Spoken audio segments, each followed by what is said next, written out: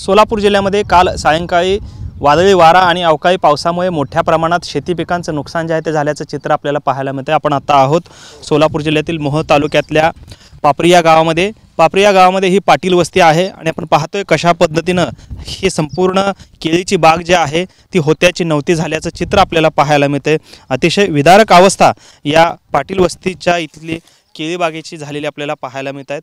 खरं तर खूप कष्टाने ही बाग जी आहे ती या शेतकऱ्यांनी जगवलेली होती, मात्र आज ही पूर्णतः उन्मळून पडलेली बाग आपण पाहतोय। कशा पद्धतीनं हे चित्र आहे। आपल्यासोबत जे शेतकरी आहेत, मामा काय सांगाल, किती एकरावर ही बाग आहे, कशा पद्धतीनं तुमचं नुकसान किती झालेलं आहे? ही 2 एकरापर्यंत माझी बाग आहे केळीची, खोडवं पीक आहे। मी उन्हाळ्यात हिला भरपूर कष्टाने पाणी दिलेलं आहे, टिकून आणि जी येण चालू झाली होती आणि ती वाऱ्याची जी लॉट आली चक्रीवादळ त्यात पूर्ण माझी बाग झोपली गेली। त्याच्यामुळं माझं भयंकर अतिनुकसान झालं यात। या 2.5 एकरामध्ये किती रोपं एकूण केळीच्या आहेत साधारण? तकरीबन 19 रोपं आहे ती।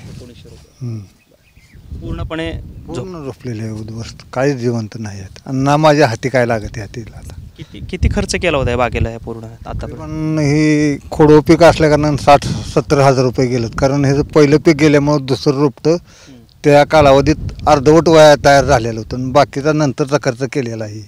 मग आता पीक पण आलं होतं ना ह्याला, कारण केळी दिसत आहेत इथं। ही 2 महिन्यानंतर माझी केळी मार्केटला जाणार होती, कारण ही जी 1/4 वेन झालेली होती ह्या केळीची, पण हातातोंडाला आलेला का अशी एकदमच वाऱ्यानं माझा नायनाट करून टाकला।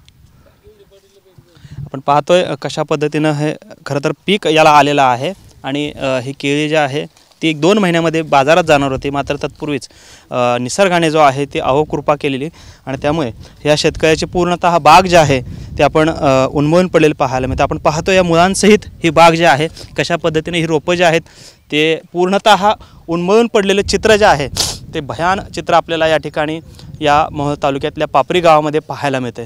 त्यामुळे सरकारने जास्तीत जास्त मदत करावी अशीच एक माफक अपेक्षा शेतकऱ्यांकडून व्यक्त होताना आपल्याला पाहायला मिळते। कॅमेरामन विनोद उमनाबादकरसह सागर सुरवसे, TV9 मराठी, मोहोळ, सोलापूर।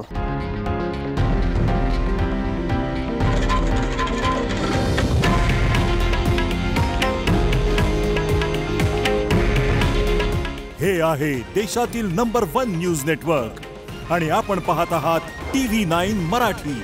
काळजी तुमची, हित महाराष्ट्राचं।